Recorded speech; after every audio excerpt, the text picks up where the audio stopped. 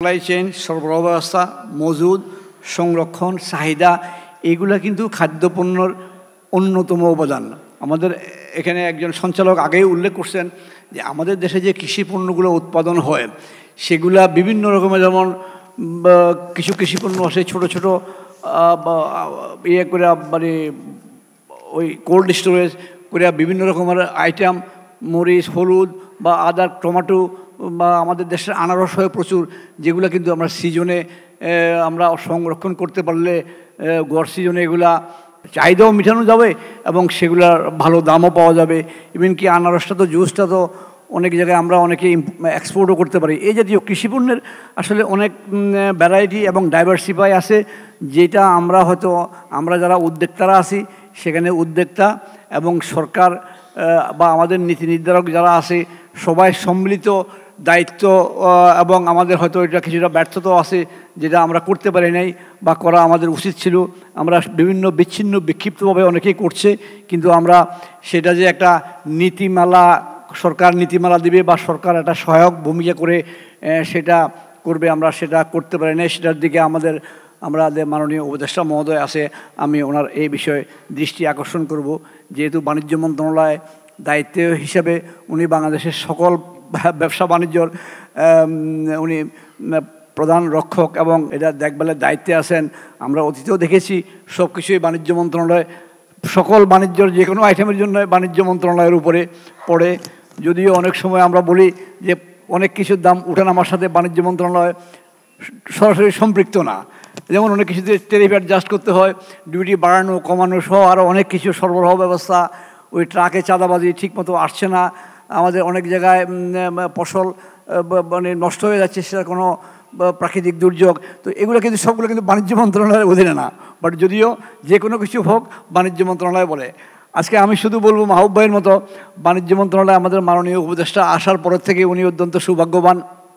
আন্তর্জাতিক বাজার অনুকূল এবং আমাদেরকে উনি কঠোর ব্যবসায়ীদের সাথে মনিটরিং এবং অত্যন্ত সার্বক্ষণিক যোগাযোগ, আমাদের যে নিত্যপণ্যের মজুদ, সরবরাহ ব্যবস্থা এবং যে প্রাপ্যতা, এটা যেভাবে নিশ্চিত করতে পারছে সেই জন্য আমি ওনাকে আন্তরিক ধন্যবাদ জানাই। এবারে আপনারা দেখছেন প্রথম অনেক দিন পরে যে কোনো আইটেমের কোনো রকম কোনো সমস্যা হয় নাই এবং বাজারও সহনীয় ছিল, এবং উনি ভাগ্যবান, আন্তর্জাতিক বাজারও কিছু সহনীয় অবস্থায় আছে, জিনিসপত্রের দাম কমছে। দেশে যে পণ্যগুলো হয় এগুলাকে আমরা সংরক্ষণ এবং সরবরাহ ব্যবস্থার জন্য আমাদেরকে এটার উপরে কাজ করতে হবে। আর আমরা যারা নিত্যপণ্য আমদানি করি এটার জন্য কিন্তু দেখেন পৃথিবীর সব দেশে, আমি অতীতের সরকাররাও যখন হঠাৎ কোনো কিছু দাম বেড়ে যায় আমাদেরকে নিয়ে খুব অনুশাসন করে, তখন আমি কয়েকবারে বলেছি যে দেখেন ভারত পাকিস্তান শুধু নয়, পৃথিবীর সব দেশে, চায়না সহ সব দেশে খাদ্যদ্রব্যের সরকারের কাছে একটা মজুদের ব্যবস্থা থাকে। যখনই কোনো সরবরাহ কোনো আইটেমের ঘাটতি পড়ে বা বিশ্ববাজার ঊর্ধ্বমুখী, তখন সরকার ওখানে ওইটা মার্কেটে ছেড়ে দিয়ে বাজারকে সহনীয় রাখে। বাংলাদেশ সরকারের এই ধরনের কোনো কিছু নাই। আমাদেরকে চাপাচাপি করেন না, আমাদেরকে বরঞ্চ সহায়ক ভূমিকা করেন, উপদেশ দেন, বা আমাদেরকে যখন ডলার সমস্যা ছিল বা কখনো আমাদের ফ্রেট বেড়ে গেছে, অনেক সমস্যা, আমি তখনও বলছি যে স্টেক হোল্ডারদেরকে সরকার যাতে ডাকে স্টেক হোল্ডারের সাথে আলাপ না করে সরকার অনেক সময় অনেক আইন করে ফেলে। আমাদের এটা একটা দুর্ভাগ্য, আমাদের স্টেক হোল্ডারদেরকে আমাদের সরকার বা আমাদের প্রশাসন শুনে না। ওনারা অনেক সময় অনেক কিছু আমাদের থেকে বেশি বুঝে অবশ্যই, কিন্তু যারা স্টেক হোল্ডার, আমরা তো 2টা 3টা 5টা বা একজন ব্যবসায়ী উদ্যোক্তা তার কয়েকটা আইটেম নিয়ে কাজ করে, সেটার আদি অন্ত তাকে জানতে হয়, বুঝতে হয়। তো এই জিনিসগুলো আলাপ করলে তখন আমরা বলতে পারি আমাদের সুবিধা অসুবিধাগুলো, তখন হয়তো সরকার চিন্তা করবে, আমারটাও শুনবে, আরেকজনেরটাও শুনবে, শোনার পরে সরকার একটা সিদ্ধান্ত দেবে। কিন্তু আমাদের দেশে এই সংস্কৃতিটা এখনও গড়ে ওঠে নাই, যার জন্য আমরা সরকারকে সবসময় অতীত বর্তমান অনেক, আমার এই 70 বছর বয়সের মধ্যে তা আমি অলমোস্ট 50 বছর ব্যবসা করছি, বাট সেখানে অনেক সরকারকে দেখেছি। আমরা সরকারের সাথে প্রতিনিয়ত এগুলো নিয়ে আমরা আলাপ করি, কিন্তু সরকার এই বিষয়গুলা আসলে প্রকৃতভাবে কার্যকরী করার মতো ব্যবস্থা উন্নত হচ্ছে কিছু, বাট হয় নাই। আরেকটা বিষয় হলো, আমরা এই যে কথা বললাম যে সাপ্লাই চেইন, আমি যখন প্রথম দিকে ইম্পোর্ট করে গেছিলাম ভ্যাঙ্কুভারে, দেখি যে ওদের যে গম রাখার জন্য যে ব্যবস্থা, তা আমরা এগুলো আমাদের সরকারেরও নাই, আমাদেরও ছিল না। স্বাধীনতার পরে তো আমাদের কিছুই ছিল না।